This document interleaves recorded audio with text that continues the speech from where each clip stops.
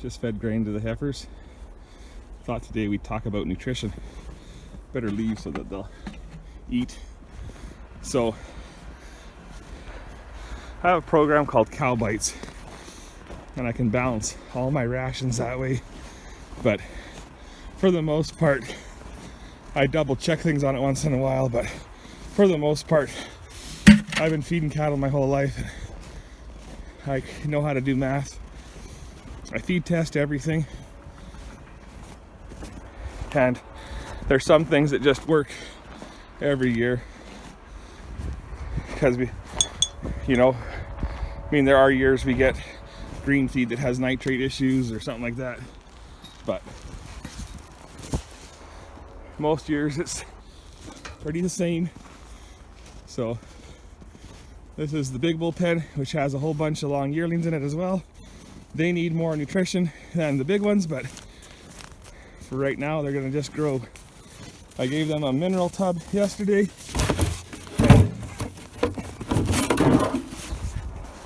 And that's why I don't give them loose mineral, because they already knocked it out.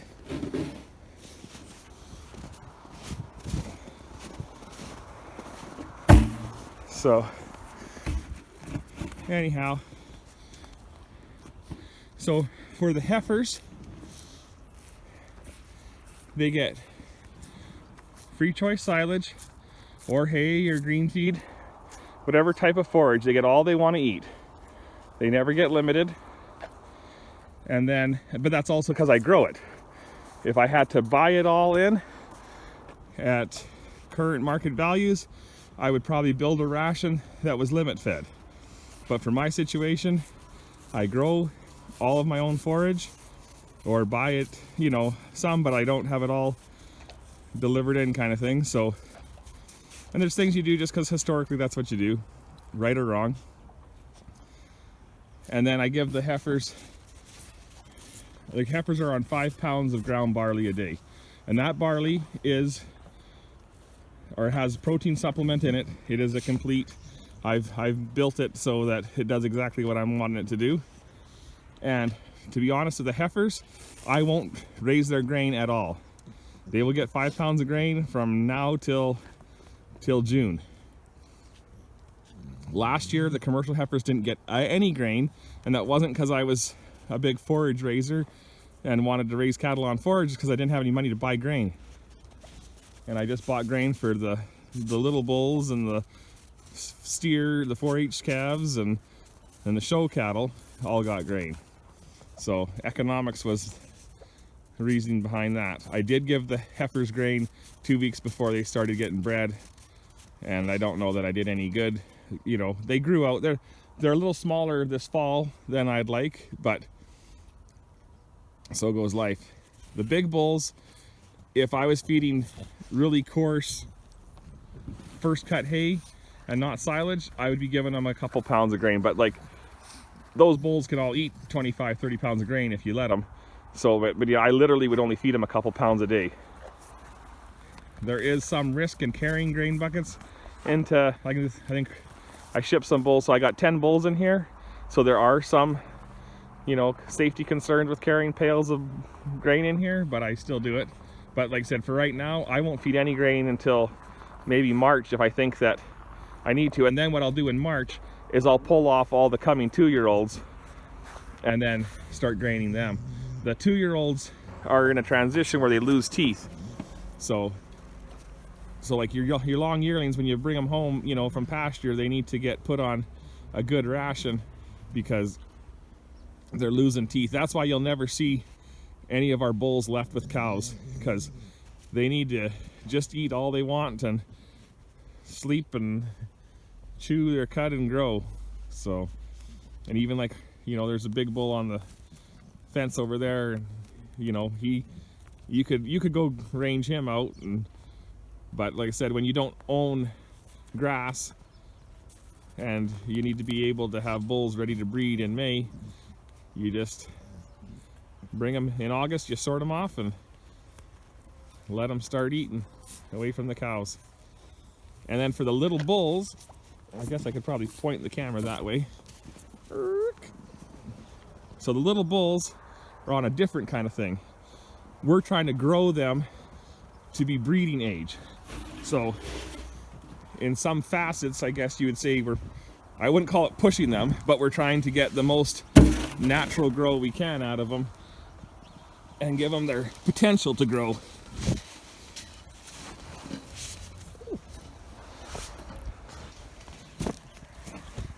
So the little bulls right now are on 8 pounds of grain and all the silage they want to eat. Like I said, my young stock always get free choice forage, whether that's hay, green feed, or silage. Next year, I don't plan on growing any silage, any corn for silage, and unless I chop some cereal silage, everything will be on green feed and hay. There will be no corn silage next year. It costs me so much money to get it all chopped, and like this year, the quality isn't that great, so I won't do it next year. So that's why I feed in round bale feeders, because it changes year to year and throughout the year. Like last year I fed the heifers silage and pulp and silage, but they still ate 150 round bales of green feed and hay. So the little bulls are on 8 pounds of grain right now. By the time February, they'll be on 15 pounds of grain. And like I said, that won't be too much grain. It won't be bad on their joints. You won't have fat gobs hanging off them. You'll just give them the best chance they can at growing.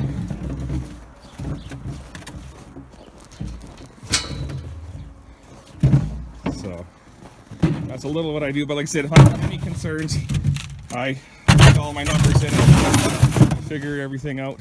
Sniper, load up. But like that bull there, he could be on 15 pounds of grain right now and it wouldn't hurt him one bit.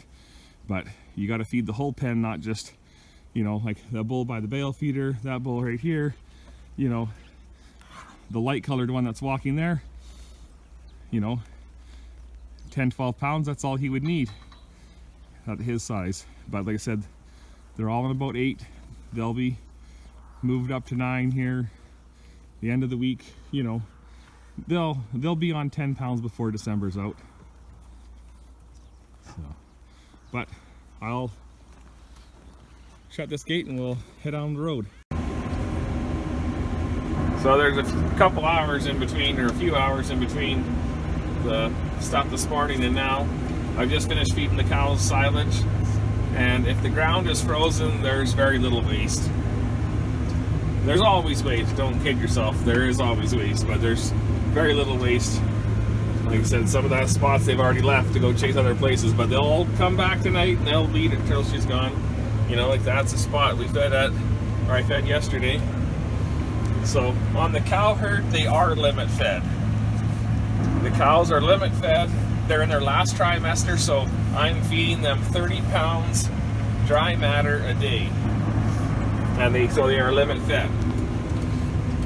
When half of them are calved out, I will pretty much give them what they want to eat and keep them full. I will just keep the bale feeders full all the time, or within reason, so they're not wasting feed. Like if I feed silage, I don't want it to where there's silage going bad. And then by the time if they're all calved out, I'm feeding quite a bit of feed. But when you live in the Great White North, it takes lots of feed just to keep them warm, and then it takes straw or some type of insulated, something they can lay on. If you have 20,000 acres of grass that you haven't grazed and you calve in May, they don't need straw. So they'll bed down, they'll find somewhere to bed down, they'll be okay. But like I said, these cows are on a winter calving program because that's what works with the pastures I rent. So they have to stay warm. They're in their last trimester, so we got to feed them lots, keep them going. I'm going to put out straw now, and the straw now is going on the straw bed, and I'll stand the bales up and they will eat most of the straw and bet on what they don't eat. But that's just part of it. A cow can eat about 10 pounds of straw a day, but you gotta feed them good stuff the rest of it if you're gonna make them not lose weight. You can't just feed them junk. So if I was in a feed shortage, what I've done before is, one year I was really tight on feed, so I fed everything with the feed truck, and every batch was mixed up just right, and the cow herd got a little bit of grain, you know, like 2 pounds of grain of ground corn in every batch the cows got. And so it's not a lot, but when you do your numbers and figure out how many mega cows they need, you know, 2 pounds of corn, ground corn, made the difference, and then cows were all shiny. So anyhow, the best thing is to feed test and know what you're dealing with. Like I said, it's okay to use things as fillers, but when you get to minus 40, they don't stop eating, because that's how they stay warm. But if you feed good feed and enough of it, they won't lose condition and they'll do okay. Like I said, if I calved in May the way the seasons should be, and what I did with nature, and I had grass that I could calve on, I wouldn't be feeding, I would be just grazing them out and making them, just build better fences to keep them in. So I'll put out some straw and we'll bring you back out. I don't know what you guys will be able to see, but there are 14 muley bucks in my hayfield, and they've been fighting like crazy. There's always at least 3 or 4 fighting at a time, and I thought it was just a bunch of does there with 1 or 2 bucks fighting for them, but I've gotten a little closer than this, and they are all bucks. So I haven't had a big bachelor herd like this here for a long time. So kind of neat. They're not hurting too much. They're just eating, and that's what they got to do to live. So I guess I'll leave them be. But it's kind of cool to watch them fighting. Well, I've been cutting strings. I've got 1 bale left to cut. These are 2-year-old straw bales, that's why they look so ugly, but I just pulled the layer and you can see here, it looks pretty darn nice. That's why we use round bales. But I'll show you the issue we have. Here is where the tractor had to drive to get here. And it is deep. So we just didn't have enough fall.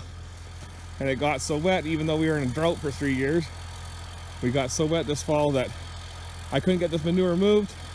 If I hired a high hoe to come and scrape it, I think the underneath is pretty wet. If it got dry enough, I would get a high hoe in and spend a few $1,000s and scrape it all up in piles and let it dry. But I'm just going to start strawing on top of it, and eventually it'll freeze up enough that we'll be okay till spring. But pretty hard on the front end of the tractor when you sink in everywhere. I was going to put 12 bales out, but my college men are on their way home, so me being lazy and using some of my brain power, I went, if I wait till tomorrow and put out like 10 more bales of straw, I can probably sit in that blue tractor and watch my 2 sons do that are on their way home. So cows are busy eating still. Some are coming in for water. So anyhow, it's a little different than some of the places you guys are at. You gotta feed for the temperature. It's not bad. It's like 5 Fahrenheit, minus 15 Celsius. Maybe it's minus 17 now, but I think that's 5 Fahrenheit, so not bad at all. Pretty easy going. Like I said, when it's minus 40, you just keep hauling feed. That's all you seem to do. But if you give the cows good feed, they can gain weight and hold their own on minus 40. And same with the horses. We feed the horses, you know, they're all a little greasy right now, but when she gets cold, we try to hold them so it's not too bad. But when it gets minus 40, we give them round bales of hay, and we keep them full of hay. Like I said, We don't use horses much in the winter time up here anyhow, or at my place, but they still got to get treated right. Costs lots of money to feed them horses. When you figure out what it costs you to feed a horse for a year, you start to really wonder if it justifies it. But sometimes you do things because of lifestyle, and you still, I haven't seen a quad where you can dally up a rope to or sneak up on a cow with a quad, so we'll keep using horses here anyhow. So I guess we'll end the video, and if you guys have any questions, and one day I'll do a video on waste on the silage pile where I didn't get the plastic on this year because of the wind. I'll get a whiteboard and we'll figure out the true expense of how much money you lose by not covering your silage. It'll blow you away that the $3,000 of plastic's a pretty good investment. So I'll show you guys that one day. So be sure to comment, rate, and subscribe, and have yourselves a great day. Take care. Happy ranching. Feed your cows.